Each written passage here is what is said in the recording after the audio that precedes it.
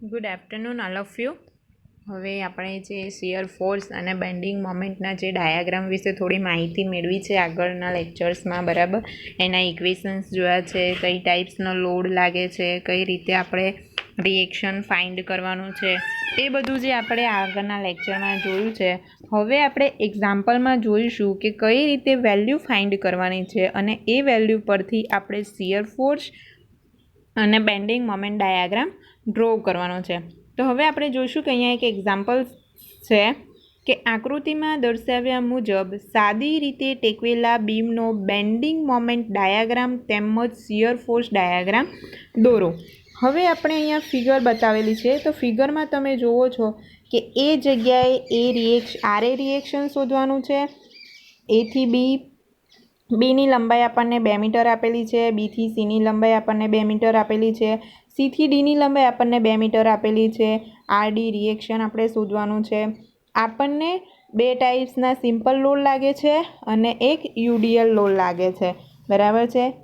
તો હવે આપણે જોઈશું કે આપણે આગળ એસએફ ડાયાગ્રામ અને બીએમ ડાયાગ્રામ કઈ રીતે ડ્રો કરવાના છે, એના માટે આપણે શું ફાઇન્ડ કરવાનું છે, કઈ રીતે વેલ્યુને પુટ કરવાની છે.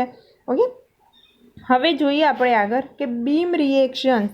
તો આર એ અને આર ડી ઉપર કેટલી વેલ્યુના રિએક્શન લાગે છે એ આપણે ફાઇન્ડ કરવાનું છે. હવે જોઈએ કે આરડી આપણે જ્યારે ફાઇન્ડ કરીશું તો ટોટલ જે લેન્થ આપેલી છે એનો આપણે સરવાળો કરવાનો છે. તો આરડી ઇન્ટુ 6 થશે, બરાબર. જે 2 મીટર જે આપણને લેન્થ આપેલી છે એનો આપણે સરવાળો કરીશું તો 6 વધશે, એટલે RD into 6 is equal to 15 kilonewton જે લોડ લાગે છે ઇન્ટુ 2 મીટર જે લેન્થ છે એ કરવાનું છે. 20 kN જે લોડ લાગે છે ઇન્ટુ 2 ઇન્ટુ 4, 2 દુ 4, બરાબર. એ આપણે એડ કરવાનું છે. પછી જે 20 કિલો ન્યૂટનનો લોડ લાગે છે ત્યાં 2 મીટર જે બતાવેલી છે લેન્થ એ ફાઇન્ડ કરવાની છે. અને બંનેમાંથી આમાંથી અડધે સુધી લોડ લાગે છે એટલે ત્યાં 1 મીટરનું અડધું થશે 1 અને પેલા 2 4 એટલે ઇન્ટુ 5 વધશે, બરાબર. હવે આપણે જોઈએ કે RD into 6 is equal to વધશે 310. તો RD is equal to 310 divide by 6 કરીશું તો આપણને રિએક્શન ડીની વેલ્યુ મળશે 51.67 કિલો ન્યૂટન, બરાબર. હવે એના પરથી આપણે આરએ રિએક્શન એ બિંદુની વેલ્યુ ફાઇન્ડ કરવાની છે. તો જોઈએ આપણે કે આરએની વેલ્યુ આપણને કઈ રીતે મળશે. તો 15 કિલો ન્યૂટનનો જે ફોર્સ લાગે છે એ પ્લસ 20 કિલો ન્યૂટનનો ફોર્સ લાગે છે પ્લસ 20 ઇન્ટુ 20 મતલબ 40 કિલો ન્યૂટન, બંનેને આપણે પ્લસ કરવાના છે. જે યુડીએલ લોડ છે એ અને જે સિમ્પલ લોડ છે બંનેને પ્લસ કરીશું તો 40 વધશે. માઇનસ આપણને જે રિએક્શન ડી મળ્યું છે એ આપણે એમાંથી માઇનસ કરવાનું છે. તો આપણને આરએની વેલ્યુ મળશે 23.33 કિલો ન્યૂટન, બરાબર. તો આપણને અહીંયા બીમ ઉપર જે રિએક્શન લાગે છે એ ટેકિંગ મોમેન્ટ એને એ બિંદુથી લઈને ડી સુધીના, તો બંને ઉપર જેટલા રિએક્શન લાગે છે એ આપણે ફાઇન્ડ કર્યા છે.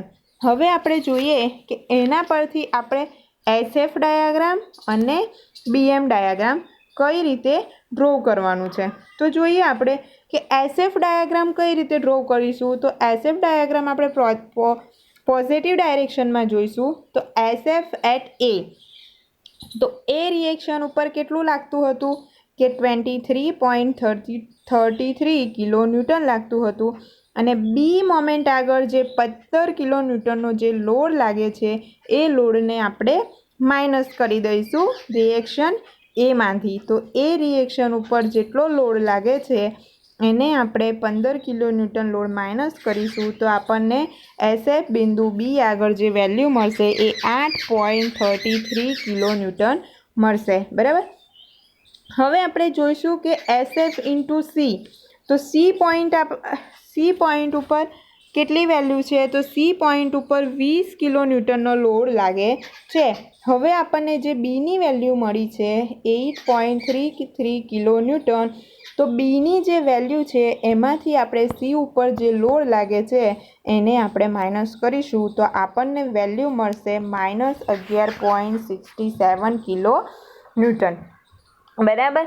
હવે આપણે જોઈશું કે SF diagram into D at D point ઉપર. તો ડી પોઈન્ટ ઉપર આપણે જોઈશું કે -11.67 minus 20 kilonewton UDL load લાગે છે એ માઇનસ કરીશું ઇન્ટુ 2 લેન્થ આપેલી છે. તો એ બધું આપણે જ્યારે વેલ્યુને સોલ્યુશન કરીશું તો આપણને લાસ્ટમાં મળશે -51.67 કિલો ન્યૂટન. એ આપણને મળશે SF કેલ્ક્યુલેશન. તો એના પરથી આપણે SF ડાયાગ્રામ અહીંયા જોઈશું કે ફિગરમાં આપણને SF ડાયાગ્રામ અહીંયા બતાવેલો છે કે A થી B સુધી કેટલું લાગે છે, B થી C સુધી કેટલું લાગે છે. અહીંયા જોઈશું કે A થી B 23.33 લાગે છે, બરાબર. પછી A થી Bનું ડિસ્ટન્સ આપણે જોયું છે કે ત્યાંથી પછી આપણને 8 નીચે આવે છે, બરાબર. હવે B થી C 8.3 લાગે છે, પછી ત્યાંથી માઇનસમાં જશે એટલે AD થી જે ડિસ્ટન્સ છે ત્યાંથી નીચેની ડાયરેક્શનમાં આવી જશે. હવે ત્યાં કેટલું છે કે -11.67 છે. હવે ત્યાંથી C થી Dની વેલ્યુ આપણને જોઈશું તો -51.67. તો ત્યાંથી આપણે ડી પોઈન્ટ પર માઇનસમાં લઈ જઈશું. મતલબ 2 વેલ્યુ આપણને પોઝિટિવ મળે છે અને 2 વેલ્યુ આપણને નેગેટિવ મળે છે, બરાબર. એ પ્રમાણે આપણે SF ડાયાગ્રામ સોલ્વ કર્યો છે. હવે આપણે BM ડાયાગ્રામ જોઈશું, બેન્ડિંગ મોમેન્ટ કેલ્ક્યુલેશન. તો બેન્ડિંગ મોમેન્ટ કેલ્ક્યુલેશન કઈ રીતે થશે કે મોમેન્ટ ઇઝ ઇક્વલ ટુ 0 આપેલું છે મોમેન્ટ A અને moment D is equal two 0 આપેલું છે. જે રિએક્શન આપણે ફાઇન્ડ કર્યા છે એને આપણે 0 લેવાનું છે. હવે LHS MB મતલબ બી બિંદુ ઉપર આપણે મોમેન્ટ લેવાનું છે. તો બી બિંદુ ઉપર આપણને જે SF ડાયાગ્રામ મળ્યો છે એ કેટલો છે તો 23.33 ઇન્ટુ 2 ઇઝ ઇક્વલ ટુ આપણને બી પોઈન્ટમાં મળશે 46.66 કિલો ન્યૂટન ઇન્ટુ મીટર. હવે એવી રીતે આપણે સી ફાઇન્ડ કરીશું. તો સીની ઉપર પણ કેટલી વેલ્યુ છે કે 23.33 ઇન્ટુ 4 માઇનસ 15 કિલો ન્યૂટનનો સી બિંદુ ઉપર જે લોડ લાગે છે એ લીધેલો છે ઇન્ટુ 2 ઇઝ ઇક્વલ ટુ આપણને વેલ્યુ મળશે 63.32 કિલો ન્યૂટન. તો હવે આપણે ફિગરમાં જોઈશું કે ફિગરમાં જે BM ડાયાગ્રામ છે એ કઈ રીતે ડ્રો કરેલું છે, બરાબર છે. હવે આપણને અહીંયા નીચે એક લાઇન ડ્રો કરીશું. હવે લાઇનથી આપણે જોઈશું કે બોન્ડિંગ મોમેન્ટ આપણને પહેલાં એ બિંદુ ઉપર 0 આપેલી છે. 0થી આપણે સ્ટાર્ટ કરીશું.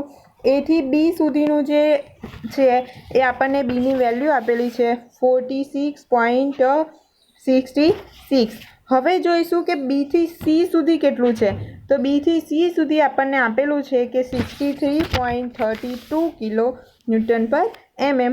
હવે આપણે જોઈશું કે C થી D સુધીની વેલ્યુ કેટલી છે. તો C થી D સુધીની જે મોમેન્ટ છે એ આપણને 0 આપેલી છે. તો આપણે ડી બિંદુ પર મોમેન્ટ 0 દોરવાની છે, ઓકે.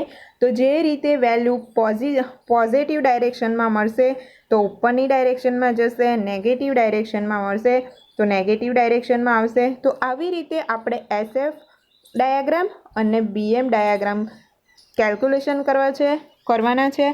ફર્સ્ટ ઓફ ઓલ આપણે જોઈશું કે ફર્સ્ટ ઓફ ઓલ શું કરેલું છે. તો ફર્સ્ટ ઓફ ઓલ બંનેના ફિગર આપણે જોઈશું. હવે કે ફિગર શું કહેવા માગે છે કે આપણને જે સિમ્પલ A થી D સુધીના ડિસ્ટન્સમાં લંબાઈ આપેલી છે એ બધી લંબાઈને આપણે પ્લસ કરવાની છે. એ બધી લંબાઈને પ્લસ કરી જેટલા લોડ લાગે છે એને આપણે ઇન્ટુ લંબાઈ કરીશું તો આપણને રિએક્શન D મળશે. રિએક્શન D જે મળશે એમાં આપણને પછી આપણે આ રિએક્શન એ ફાઇન્ડ કરવાનું છે. એ રિએક્શન ફાઇન્ડ કરીશું તો જે રિએક્શન મળ્યું છે એમાંથી આપણને માઇનસ કરીશું તો આપણને રિએક્શન ડી અને રિએક્શન એની વેલ્યુ મળી જશે. હવે જ્યારે આપણને બંનેની વેલ્યુ મળી ગઈ છે તો ત્યાંથી આપણે A થી B સુધીને જે લોડ લાગે છે એનું ડિસ્ટન્સ કેટલું છે, B થી C સુધી જે લોડ લાગે છે એનું ડિસ્ટન્સ કેટલું છે ઓકે, એ આપણને પોઝિટિવમાં વેલ્યુ મળે છે કે નેગેટિવમાં મળે છે. જો પોઝિટિવમાં મળતી હશે તો ડાયાગ્રામ ઉપરની તરફ જશે, જો નેગેટિવ વેલ્યુ હશે તો ડાયાગ્રામ નીચેની ડાયરેક્શનમાં આવશે. બરાબર, તો જે રીતની આપણે વેલ્યુ મળશે એ રીતનો ડાયાગ્રામ આવશે. હવે જોઈશું કે આપણને નીચે SF ડાયાગ્રામ ડ્રો થઈ ગયો છે. હવે આપણે નીચે બીજી એક લાઇન ડ્રો કરવાની છે A થી D સુધીની. હવે જોઈશું કે જ્યારે BM ડાયાગ્રામ ડ્રો કરવાનો છે તો મોમેન્ટ કેટલી લાગે છે. તો એ બિંદુ ઉપર મોમેન્ટ 0 લાગે છે, તો 0થી આપણે ડાયાગ્રામ સ્ટાર્ટ કરીશું. તો એથી B બિંદુ સુધી આપણને વેલ્યુ કેટલી મળે છે, તો 46.66 મળે છે. તો ત્યાંથી આપણે એક રેખા ડ્રો કરીશું. ત્યાંથી આપણે જોઈએ છે કે B થી C સુધી આપણને વેલ્યુ કેટલી મળે છે. બસ એ વેલ્યુ આપણે પુટ કરીશું. હવે C થી D સુધી આપણે જોઈશું કે ત્યાં કેટલી મોમેન્ટ છે, ત્યાં કોઈ વેલ્યુ છે કે નથી, પોઝિટિવમાં છે કે નેગેટિવમાં છે. તો ત્યાંથી આપણે જોઈશું કે મોમેન્ટ D ઉપર 0 લાગે છે. તો આવી જ રીતે આપણે SF અને BM ડાયાગ્રામ ડ્રો કરવાના છે. તો પહેલાં આપણે રિએક્શન ફાઇન્ડ કરીશું, એના પરથી SF ડાયાગ્રામના કેલ્ક્યુલેશન કરીશું અને પછી આપણે BM ડાયાગ્રામના કેલ્ક્યુલેશન કરીશું. ઓકે, તો આજના લેક્ચર માટે થેન્ક યુ સો મચ. હવે જે નેક્સ્ટ UDL લોડ કઈ રીતે લાગે છે, એની વેલ્યુને આપણે કઈ રીતે ફાઇન્ડ કરવાનું છે, એ તે જે બધું છે એ આપણે નેક્સ્ટ લેક્ચરમાં જોઈશું. So thank you so much.